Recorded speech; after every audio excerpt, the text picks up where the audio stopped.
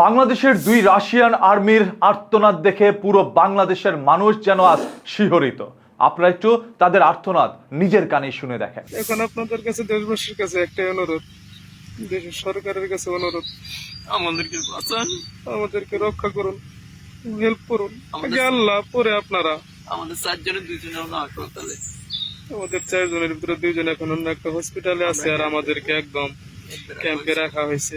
যে কোনো সময় আমাদেরকে এখান থেকে ফোন লাইনে পাঠিয়ে দিতে পারে। বাংলাদেশ থেকে রাশিয়ার আর্মি হয়ে যুদ্ধ করতে গিয়েছিলেন ইউক্রেনের বিরুদ্ধে, আর সেইখানেই গিয়ে তারা পড়েছে এক ষড়যন্ত্রের শিকারে। তাদেরকে পাঠানো হচ্ছে যুদ্ধের ফার্স্ট স্টেজে, মানে রাশিয়ান আর্মিরা পিছনে থাকে আর এই সকল বাংলাদেশের নাগরিককে আগে পাঠিয়ে দেয়। যদি কোনো বিপদ থাকে বা আইন পোতা থাকে তাহলে সেইখানে গিয়ে এই বাঙালিরা জীবন দিবে। এইভাবেই শত শত শুধু বাঙালি নয়, পুরো বিশ্ব থেকে অনেক মানুষ তারা নিয়ে আসছে, এনে তাদেরকে টাকার প্রলোভন দেখিয়ে এইভাবে জীবনগুলো কেড়ে নেওয়া হচ্ছে। ইউক্রেনের বিরুদ্ধে যে সকল সোলজার বাহিনী পাঠানো হচ্ছে এরা রাশিয়ান আর্মি নয়, তাদের ম্যাক্সিমাম হচ্ছে ভাড়া করা সৈনিক।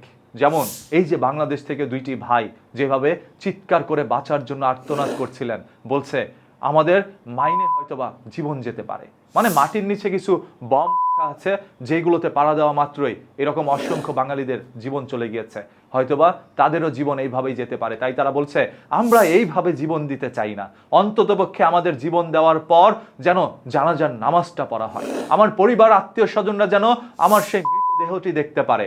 আমি এইভাবে কুকুরের মতো জীবন দিতে চাই না, এবং কুকুর বা কোনো পশু প্রাণীর খাদ্য হতে চাই না। হয়তোবা পরিবারকে ভালো রাখার জন্য জীবনের তাগিদে গিয়েছিল যুদ্ধে অংশগ্রহণ করার জন্য। বলা হয়েছিল প্রতি মাসে তাদেরকে লক্ষ লক্ষ টাকা দেওয়া হবে। সেই টাকার কারণেই নিজের জীবনকে বাজি রেখে এইভাবে অসংখ্য বাঙালিরা যুদ্ধে অংশগ্রহণ করেছে। এখন রাশিয়ার আর্মির নিয়ম অনুযায়ী তারা পিছনে থাকবে আর ভাড়াটে সোলজারদেরকে আগে পাঠাবে, সেইভাবেই তারা কাজগুলো করে যাচ্ছে। চোখের সামনে যখন এই বাঙালি দুই ভাই দেখেছে, তার সাথে বাংলাদেশ থেকে আসা আরো কয়েকজন বাঙালি ভাই ইতিমধ্যে জীবন দিয়ে দিয়েছে, নির্মমভাবে তাদের জীবন গিয়েছে। জানাজার নামাজ তো দূরের কথা, তাদের সেই মরদেহটি পর্যন্ত এখান থেকে আনতে পারছিল না। এরকম দৃশ্য দেখে তারা ভিডিওর মাধ্যমে বাংলাদেশ সরকার, মাননীয় প্রধানমন্ত্রী জনাব তারেক রহমানের কাছে আর্তনাদ করে আবদার করছে বা প্রত্যাশা করছে, আহ্বান করছে, আমাদেরকে আপনি বাঁচান, আমাদেরকে এইখান থেকে নিয়ে যান, আমরা এইভাবে মৃত্যুবরণ করতে চাই না। তাদের আর্তনাদ যেন এক রাতের মধ্যে পুরো বাংলাদেশকে আরো একবার শিহরিত করে তুলেছে, বাংলাদেশের মানুষের আবেগের মধ্যে আরো একবার আঘাত করেছে। মানুষ বলছে সরকার যেন তাদেরকে বাঁচানোর সর্বোচ্চ চেষ্টা প্রয়োগ করে। আপনাদের সবার কাছে একটা অনুরোধ করব, হাত জোর করে তাদেরকে বাঁচার জন্য এই ভিডিওটি শেয়ার করতে থাকেন। এই ভিডিওটি এমনভাবে শেয়ার করবেন যাতে করে প্রত্যেকটা খবর, তথ্য মানুষের কান পর্যন্ত পৌঁছে যায়, প্রশাসন যাতে করে এটা নিয়ে কোনো ব্যবস্থা নেয়। সেই দুইটা ভাইকে যেন জীবিত অবস্থায় বাংলাদেশে ফেরত আনতে পারে, তার পরিবারের কাছে তাদেরকে ফিরিয়ে দিতে পারে। আজ তাদের এই আর্তনাদ দেখে আপনার আমার কাছেই হয়তো বা কষ্ট লাগছে, তবে তার পরিবার যখন এই ধরনের বিষয়গুলো দেখবে তখন তাদের কাছে কেমন লাগছে।